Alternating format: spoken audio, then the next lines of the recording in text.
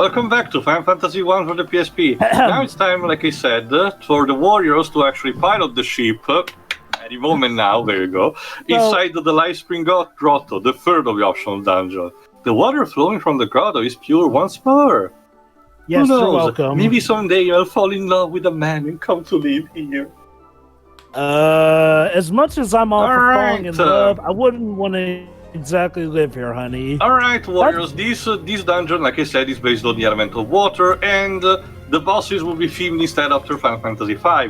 Be prepared, because this is actually the more ball-busting of the four. Oh. Yes, even more from the one that actually follows this. Gee, what a shock. The water dungeon is the biggest pain in the rear end in a game. Well, it's not hard to navigate. It's not hard to navigate, I can tell you this, Joe. It's more of that the bosses are actually much harder. Exactly, though. It never fails. Every time the water/ice dungeon always finds a way to be the most controller-crushingly difficult dungeon in one way, shape, or form. Anyway, conversely, the music you're hearing that used for speed up instead is the dungeon theme from Final Fantasy V, that has been remixed for the CDO12. They gave it this snappy feel to it. Actually, like Cydia it. sure likes to remix dungeon themes. Well, that's the thing, Jova. Already by the time of the CDL12, was happening. But by the time of the CDNT, almost the entire soundtrack of all games had been, remixed. Anyway, I decided not to skip up for the library. I have no doubt that this piece will be a lasting one. I suppose I'm now free to carry on my studies. Yes, that's right. No doubt about it. Who are these guys? Who are you people? Hey, Joe, I spent 100 years looking for a way to use white and black magic together. My research has yet to bear any fruit. Will my childhood dream go forever unfulfilled? E4, does the Junior Woodchuck Guide say anything about these guys? I'm afraid it doesn't. Even the Junior Woodchuck's guide does not seriously, helping us. there is no context for some of these floors. There is no context whatsoever. Scholars are prone to focus on one thing to the exclusion of all else. That's fair enough. Even the Junior Woodchuck. I want that treasure. Thank you. Final Fantasy 2 with its optional dungeon will actually fix this by having a lot of its the floors of that particular bonus dungeon actually have a sort of a storyline ongoing that ties to the person that gives you the keys to how to get to the final dungeon. It's actually a cool optional storyline that they added for the PSP version. How nice. The lack of order in which these bookcases are arranged is upsetting. the OCD is getting triggered immensely. Does anyone here work in a library? I was about to ask Shuri, hey, did you used to work at a library? You definitely seem to operate like a librarian. No, this is just very, That's the thing. This is like a hodgepodge. That's the thing, Shiroi.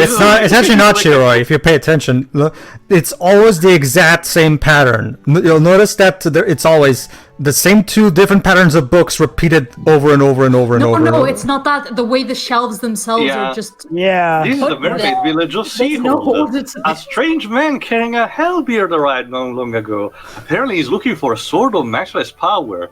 Since our village is connected to the sea, all sorts of things will appear. Perhaps the sword is among them. Where is he now? There's a pink memory in a room at the north. Try asking her. So at the fifth floor...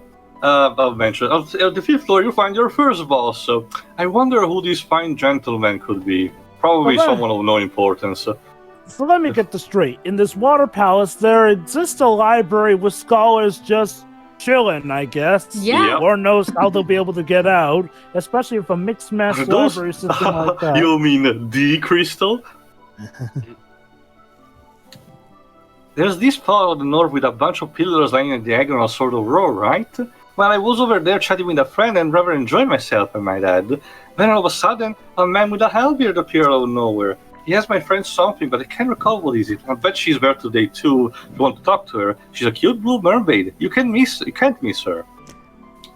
His name was Bender, right? They say an enormous monster was living in the sunken shrine. I hope everything turned out okay. Well, yes. Also, I don't know, Jova. Maybe he's instead called. God, I forgot one of the supporting. Marcus. No, one of the supporting characters in the Batman Nolan trilogy that is played by Keith Zrava. Forgot what it's called. A village is peaceful, but it's not very exciting. Okay, Nice that's very interesting, sweetie. But strange man with a hat beard? Yeah, I know what you're talking about. It stands out, you know. Head outside and go south. You should find a pink mermaid in a big room down there. She ought to know where he is. She's my little sister, so be nice. You hear? I'll slap you soon. My friend in the sunken shrine said the Warriors of Light came. What? You're the Warriors of Light? Yes, we are. No, we're the pizza delivery guys. We're a fella with a big halberd. Picked something up and left. He looked like he was heading out of a village. He was going to about how he found the ultimate sword or something like that. The way out? It's in a room in the northeast corner of a village. Well, we're not too far anyway. Keep running into this big man lately. Okay. These people are clearly weird. We need to get out soon, fast. Priorities. Move! Priorities. Move! Pardoname! Thank you. Thank you. Merci. Now there's another one. You see, this is the polar opposite of the behavior of the NPCs in the 13 trilogy. They clip everywhere and they go everywhere. This one get in the fucking way. I think getting in the way is worse. Alright, here we go. Strange man carrying a big halberd came running from a minute ago. He was shouting, "Halberd, get out of here!" So he told me about the warp zone inside. Honestly, men these days just don't know how to address a lady. What's that? Know. Unlock the door. Alright, I heard you. Alright, here we go. Oh, she vanished. The door is locked. Okay. She was never there in the first place. At long last, the ultimate sword is mine! Now we can finally go home! Hey, where did you come from? Oh, you mean you were looking for Excalibur too? I wield I mean, the four of you came all this way. Of course I'll let you have the sword. I'd say if you've been hitting the Oxyale a bit hard if you believe that. And who is this? Yep, just like I thought, the man himself. It is, in fact, Marcus Phoenix, Star Reckon, Digger himself. It's Gilgamesh! Yay! Although, once again, much like the other bosses, his pattern is being simplified just for the game. He doesn't have his companion Kidu, he doesn't have a couple of his attacks like the blue magics. He still has the Excalibur for some reason, which means that it will hit you for like 1 point damage. But it's actually pretty easy. Sorry, buddy, there's only room for one Excalibur-wielding hero in this. And that's Sonic. There you go. Wow, that was very effective. Also, aren't you supposed to have more arms on you? Semantics. Right. Not to mention it's one of his transformation, remember, and unfortunately for this occasion it's not morphing time. Gilgamesh's appearance changes over the course, like in World of Final Fantasy he also only has 2 arms. So it is more that's the thing, there's 2 bases. This one is the one of the sprite that's being used as an enemy in Final Fantasy V, but for crossovers he mostly uses the Yoshitaka Amano's artwork, which instead includes more red robes, a bit less armor, and an actual mask. You can actually see more his face, which has actually a sort of a mask or a face paint. For those who don't know, Gilgamesh is an interesting concept of Final Fantasy. He shows up in multiple Final Fantasy games with different designs, but it's sort of implied that he's the same character, guy. Traveling the multiverse. But yes. There have been a couple of occasions where the devs actually specified that it's not him, like in Final Fantasy XI, for example. Surprisingly enough, the closest thing to an origin story to him is in Type 0 of all games. He actually plays a sort of important role in the plot of that game. Oh crap! P4's down. Don't worry, there you go, Jova. Using never mind. a trusty weapon that you got sorta off screen, you're actually able to defeat him. I'll be back! And that weapon I got was? The ultimate weapon, but again, that's a thing. Like I said, since this is the more tricky of the dungeon, I played them in out of order and just rearranged. So currently, you're building the weapons that you got from the dungeon. We'll see in the next part.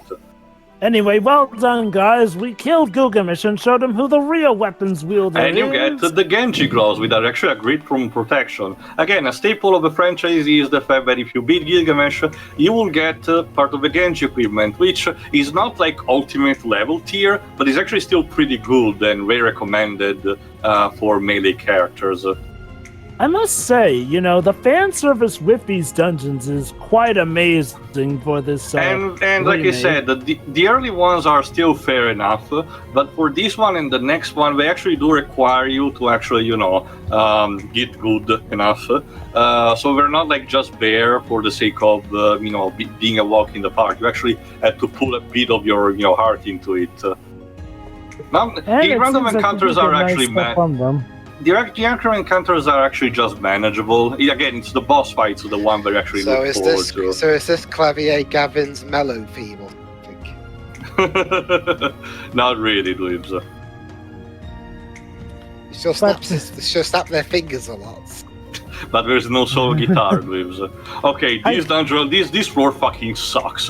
This is kind of like the equivalent of Mega Man. You have to actually follow the path, but actually pay attention to the disappearing platform, because if you move one step out of boundary, you will be teleported again to the beginning of the floor, and you will have to do all the room all over again. So basically, you have to move tiny baby steps for it. Hey guys. Yes? I'm walking on sunshine. No. Anyway, at the 10th floor, you will find your second boss, a more straightforward one. I literally was walking on the air. Honestly, that was the song I was expecting in the first place. This thing is ugly. The fight itself the fight itself is relatively fine. You have to watch out for his Wormhole attack, which in this game counts as a one-hit kill, potentially, if it hits. But he also has, I think, powerful magic to use. So basically, again, it doesn't have a big moveset, but you still have to watch out for it. And he starts having a lot of... This is the moment where the bosses start to actually have a lot of defense, meaning that you need to power up your character enough to actually damage them. Alright, taking a cue from Jova, considering the current boss we're fighting, I'm gonna have to also make a reference to a song that perfectly fits this situation, specifically from an 80s from an 80s calling commercial. Like, all right, kids, I'm going to sing to you about things you should not put in your mouth. Don't you put it in your mouth, don't you stuff it in your face, it might not be good to eat, you can get sick. I'm not even kidding, there's literally, those call-in shows from the 80s where, please call to this number, and then you can hear a story or something like that. Remember to ask your parents for permission before you dial. Well, one of them was literally about that kind of sort of thing, except it was basically these puppets that were trying to quote-unquote teach you about things that you should not put in your mouth. And Wibbs is dead again. And I'm not even kidding. Those puppets are literally terrifying. So let's see. So first Gilgamesh kills Pedro, and now this open gaping maw. Atomos became. Don't put it in your mouth, Jova. Atomos became a mixture between, a recurring boss and a potential summon for you to use.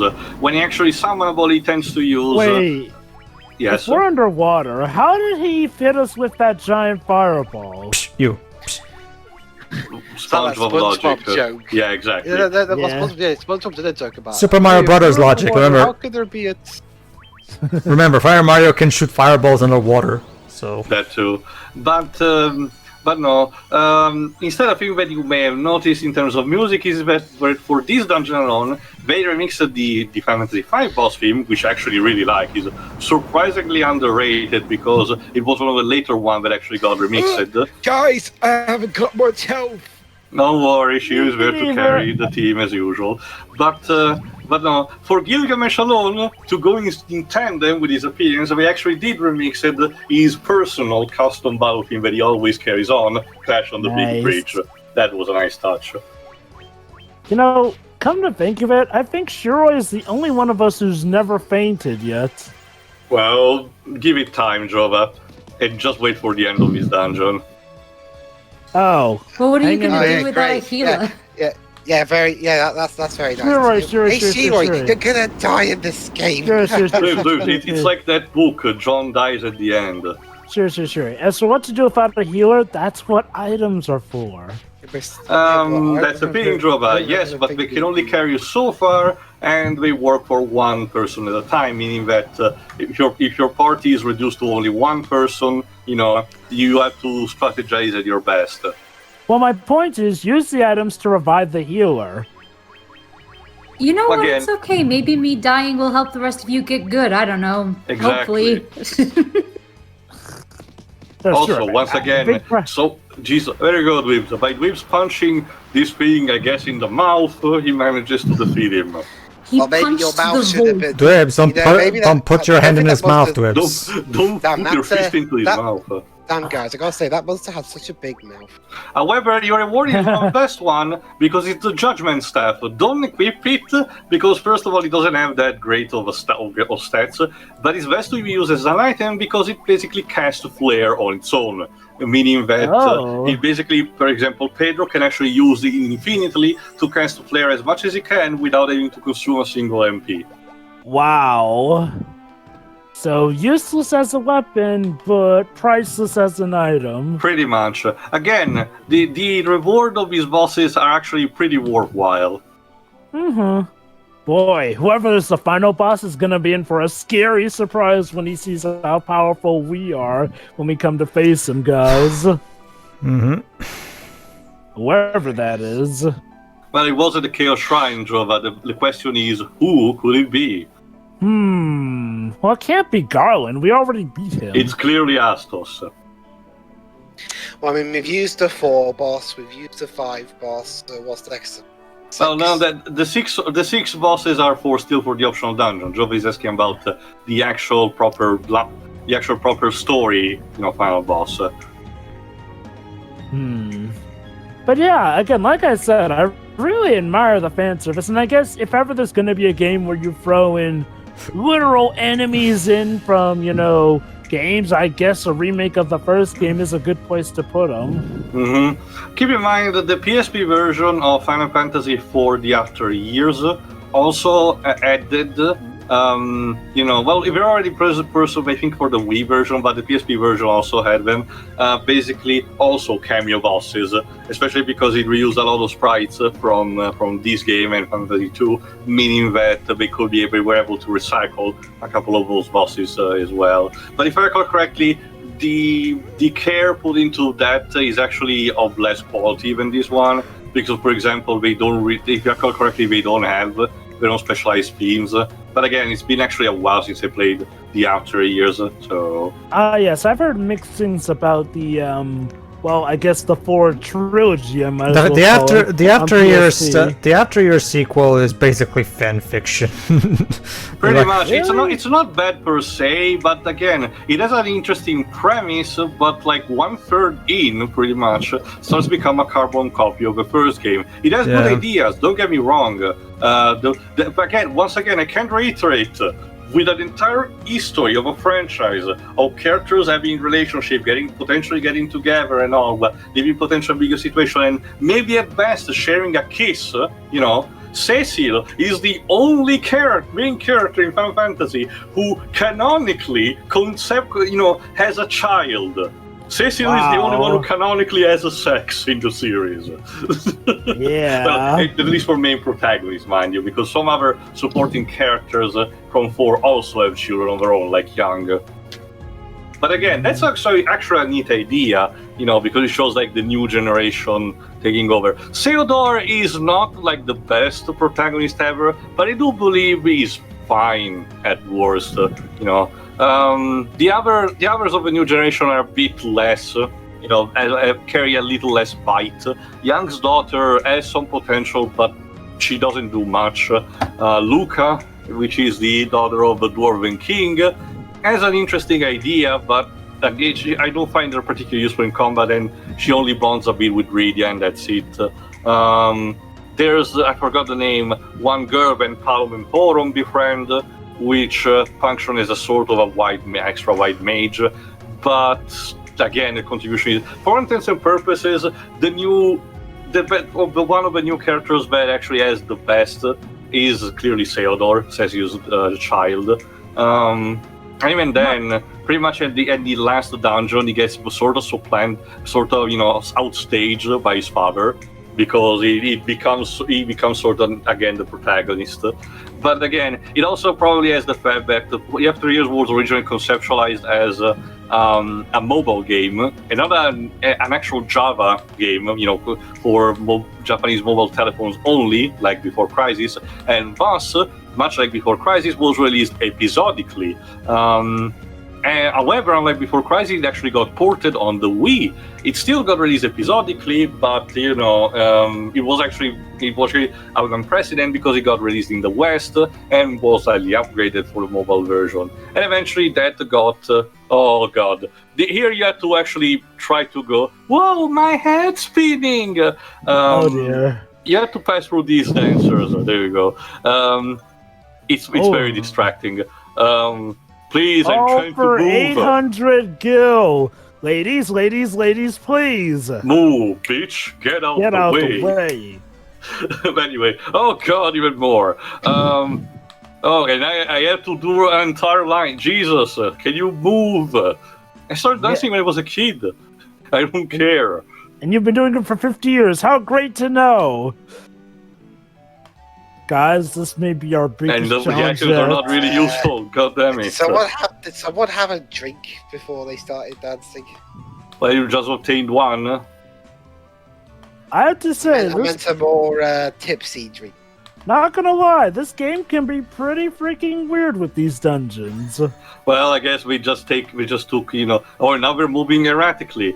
Oh, excuse me, you mind? I'm practicing the rumba here. Yeah, I didn't know the rumba was just walking about random. I'm trying to get to the next. It's the limitations of the hardware. Okay, that's enough, Leaves. Punch to the next one you find. Anyway, there you go. Actually, we're actually relatively close, but still, I'm curious. What I was saying. Yes. Are all the dungeon elements in each dungeon?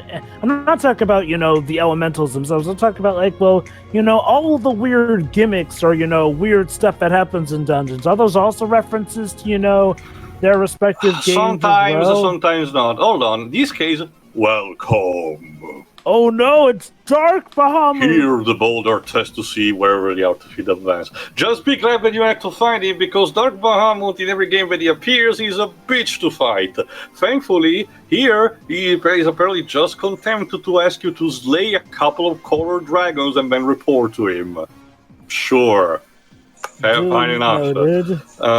It actually heals you for some reason. So in this game, just be glad that he's a good sport. But there you go. What I was saying about the After Years. But after the PSP version, later the Steam and mobile actually got a 3D version done in the same style as the DS version of the first Final Fantasy IV was released, and that's the one that has been ported again to Steam. The 2D version currently, the best 2D version to play is the PSP version, but that one hasn't been ported yet. No.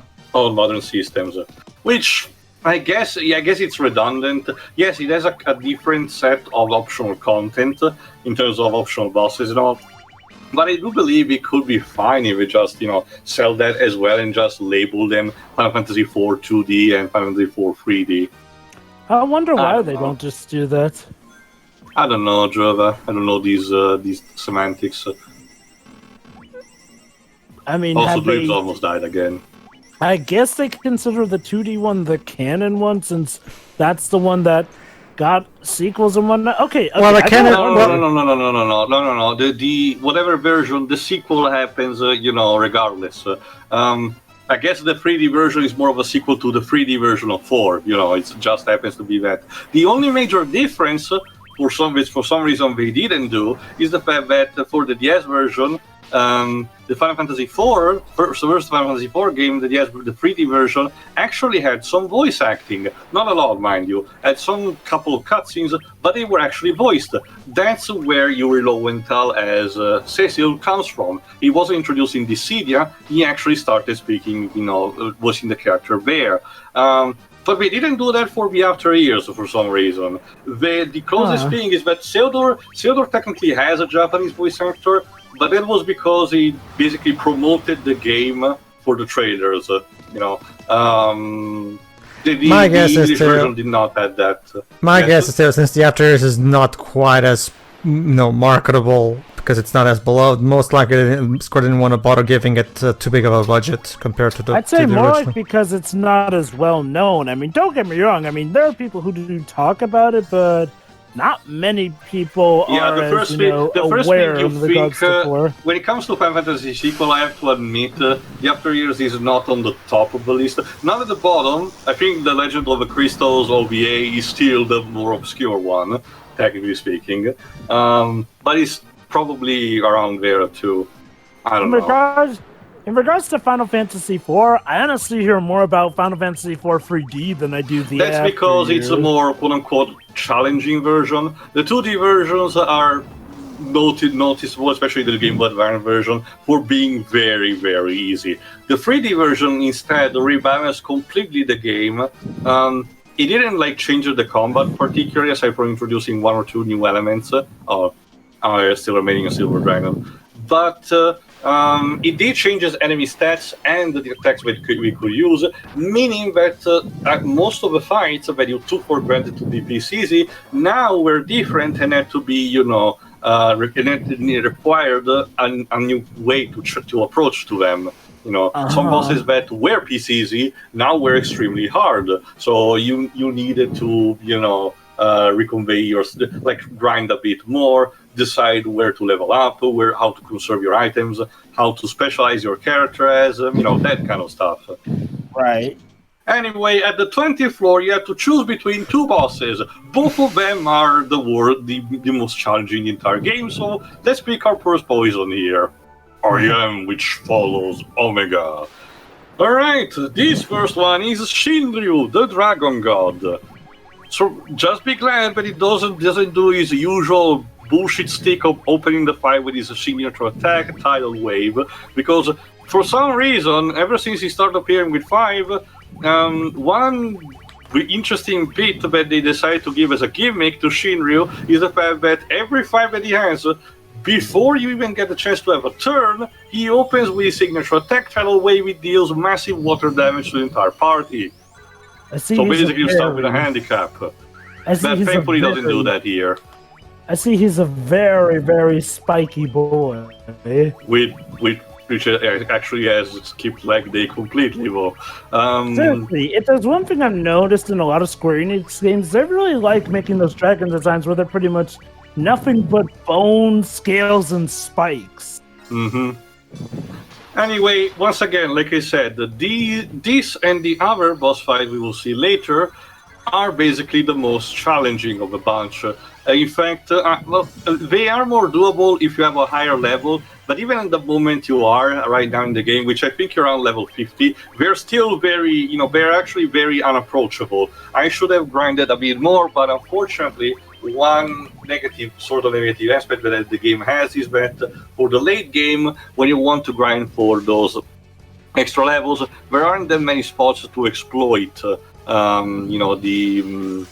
the actual experience points that you can gain. So I would have actually had to invest a lot of time, which is a good segue for me to talk about instead the stuff that was added in this version, the PSP version of Final Fantasy 1, but that I couldn't actually get a hand on in recording the Labyrinth of Time. Why? Because it's basically tied to your character being level 99, and simply put, I didn't really have the time, or the patience to actually go through if I actually wanted to record this. If I actually had to play casually, sure. So let me just sum it up, because it's not completely different. It's another set of optional floors that have similar gimmicks to this one. They're more puzzle-esque. They require to move like a golem statue here or there, something like that. and at the end of it, you have to activate a blue seal or a red seal, depending on how you behaved. Depending on the seals that you activate or not, the end boss that was added for this version, a time witch called Chronodia, which has never appeared afterward, will change her form. Well, its form, it's more a deity than anything, and subsequently the set of attacks, the difficulty that it has, and everything. But again, it's nothing too different from the set of optional dungeons. I do believe these ones that are the fan service one, from the other games, are more than enough. Especially because of the boss that will be faced after this one, before the part ends, of which I will have something else to add. But it's interesting that over the course of the time, Shinryu has sort of become sort of like an higher mastermind behind a lot of negative events of the entire franchise for some reason. Each game tends to be, containing its own universe, more like aside from specific exceptions. But some recurring constants like Gilgamesh traveling around or the force of the void potentially menacing, similar to the nothingness from Fantasia, or whatever it was called, I forgot, in the first movie. Shinryu is another one of them. He's a sort of a super powerful god, dragon, that was so powerful that the gods that created it actually regretted it because they made him too powerful, more than themselves, as you do. But ever since, despite his role as an optional boss, there was a sort of an implication that he was behind some of the events, until it culminates in the CDNT, where he's become essentially the final boss, and the person behind all the bad events that happened until that point. More on that on the final thoughts. Anyway, again, just be glad that I'm managing to keep all the teammates alive, because, god damn it.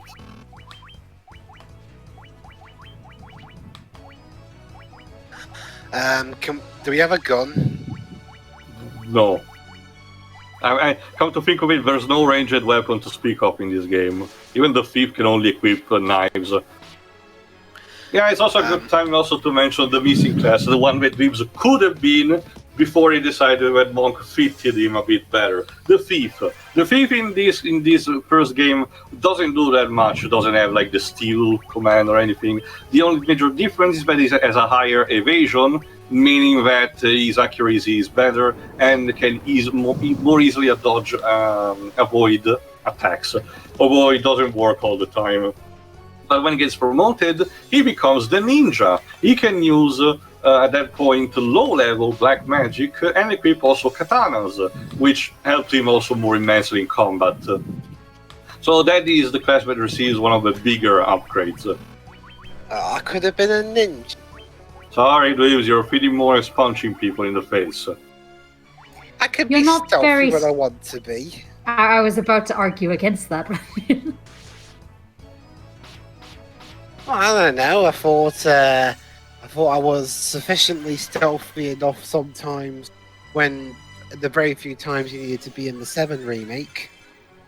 I press X to the out. Okay, if in 7 remake part 2 you forget stealth segments, yeah, that would be the big test. Yeah, pretty much. I mean, I guess it could be possible, like something in Juno maybe. That would be actually interesting. I can see the potential there. So Jesus Christ, all the damage. Keeping all your team alive, getting all your HP up all the time can be a little frustrating because you only have 4 characters to manage. So this is also the thing about the item that I mentioned before. Where it comes from. And once again, aside from Tidal Wave, Shinryu possesses attacks that hit all your characters that are tied to the elements. Ice Storm, like Blaze, and Thunderstorm. But if you put up the barriers like I did, you're actually good to go. The only attacks that you need to watch out for is Tidal Wave for him and the physical attack. Again, it's a simplified version of his traditional optional boss fights, which are also more hectic than this. In a way, the easier combat of this game actually made a lot of these super bosses less trivial, although they're still hard, as you can see. Why are you... Why don't you die? Nanomachine sound.